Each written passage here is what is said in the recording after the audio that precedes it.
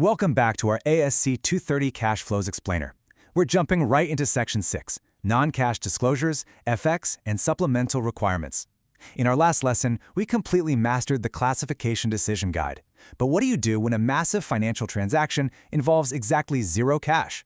We spend so much time tracking the actual dollars flowing in and out of a business, it is incredibly easy to overlook the fundamental shifts happening quietly in the background. But as we're about to see, missing these silent transactions can completely distort the financial reality of your business. Here's our roadmap for today. We're going to cover non-cash investing and financing, the balance sheet method, foreign currency translations, the exchange rate effect, and finally, mandatory supplemental disclosures. All right, let's kick things off with Section 1, Non-Cash Investing and Financing. Think of these as the ghosts of the financial statements. By definition, non-cash investing and financing activities are major transactions that absolutely impact your balance sheet and your future cash flows, but they don't involve a single dollar of cash right now. Because no cash actually moved today, you won't see these in the main body of the cash flow statement. But users desperately need to see them in a supplemental schedule. If you leave these out, you're basically hiding massive future obligations from anyone reading your statements. To really picture this, imagine signing a 5-year office lease. Boom, you suddenly have a $480,000 right-of-use asset and a matching lease liability. Or maybe you buy equipment by signing a vendor note payable. In both of these scenarios, zero cash changed hands today, but your future liabilities just went through the roof. Other examples? Converting a note to common stock, settling accrued compensation with shares, or receiving equipment but the invoice is just sitting unpaid in accounts payable at period end. People reading your statements absolutely need to know about these events today because they are going to dictate your cash flow reality tomorrow. Now this is absolutely crucial. ASC 842 lease commencements are literally the single most commonly missed non-cash disclosure in SME financial statements. You must review all new leases signed during the period. Why? Because every single new operating or finance lease creates a non-cash right-of-use asset and lease liability right then and there. Do not let these slip through the cracks during your close. But hold on, we need to be careful here. While things like depreciation, amortization, working capital changes, and unrealized gains from fair value changes are technically non-cash, they belong strictly in your indirect method reconciliation. Do not put them in the non-cash supplemental schedule. If you mix these standard operating reconciliations with your true non-cash investing and financing activities, you're just going to muddy the waters. Moving right along to Section 2, the balance sheet method. So how do we actually find all these non-cash items without missing anything? Relying on your memory or just asking the team isn't a strong enough control. You need a system, and that's the balance sheet method. It's a beautifully simple two-step process. Step 1, at period end, compare the opening and closing balances for every single asset and liability account.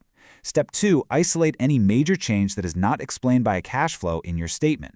If a balance jumped but your cash didn't budge, you've almost certainly found a non-cash investing or financing activity. Running this systematic audit procedure guarantees you'll catch those missing puzzle pieces. Let's shift gears to Section 3, Foreign Currency Translations. When you operate internationally, your cash flows are constantly shifting in value based on foreign exchange rates. The rule here is pretty straightforward, though. Cash flows in a foreign currency must be translated at the exchange rate in effect on the exact date of the cash flow. But as a practical shortcut, you can usually just use a period average rate, assuming rates have been going totally crazy. Once you translate those cash flows into your reporting currency, you just classify them as operating, investing, or financing, exactly like you would for any domestic cash flow. Which brings us to Section 4, the exchange rate effect. This is where people get tripped up. At period end, you have to remeasure the actual foreign cash balances you hold using the closing rate. Because exchange rates bounced around between the actual transaction and the end of the period, your ending cash balance won't perfectly foot. So we make an adjustment, creating the exchange rate effect line. Listen carefully. This is a reconciling item. It is not a cash flow. It's just a plug to make the math work. It has to sit on its own separate line right after your 3 activities subtotals. If you accidentally drop it into operating activities, you'll distort all your section subtotals. And here's a really important distinction. Do not confuse the cash flow exchange rate line with the cumulative translation adjustment, or CTA. The CTA translates an entire foreign subsidiary, all its assets and liabilities, for the balance sheet, and it lives in other comprehensive income. The exchange rate effect on the cash flow statement is strictly for your cash balances alone. They go to completely different places, and mixing them up is an absolute surefire way to trigger an audit adjustment. Let's wrap it all up with Section 5, Mandatory Supplemental Disclosures. Every single period, you need to provide a sort of behind-the-scenes documentary alongside your main cash flow presentation. We call these the Big Three. You always have to disclose cash paid for interest, cash paid for income taxes, and all those significant non-cash investing and financing activities we found earlier. Whether you put them at the bottom of the statement or in a footnote, auditors are going straight for these three items. They'll verify your interest and taxes using payable roll forwards, and they will definitely check your non-cash schedule using the exact balance sheet method we just talked about. So as we close out this explainer, I want to leave you with a hard question. How confident are you that your current period-end checklist actually captures all of these non-cash transactions before the auditors knock on your door? Do you have a systematic balance sheet review in place? Are you meticulously tracking every single ASC 842 lease commencement? Tracking the cash that moves is obvious, but it's often the money that doesn't move that ends up telling the most important story. You should now be totally prepared to identify those hidden non-cash items, handle foreign currency translations, and nail your supplemental disclosures. Take these frameworks, apply them to your next close, and keep learning.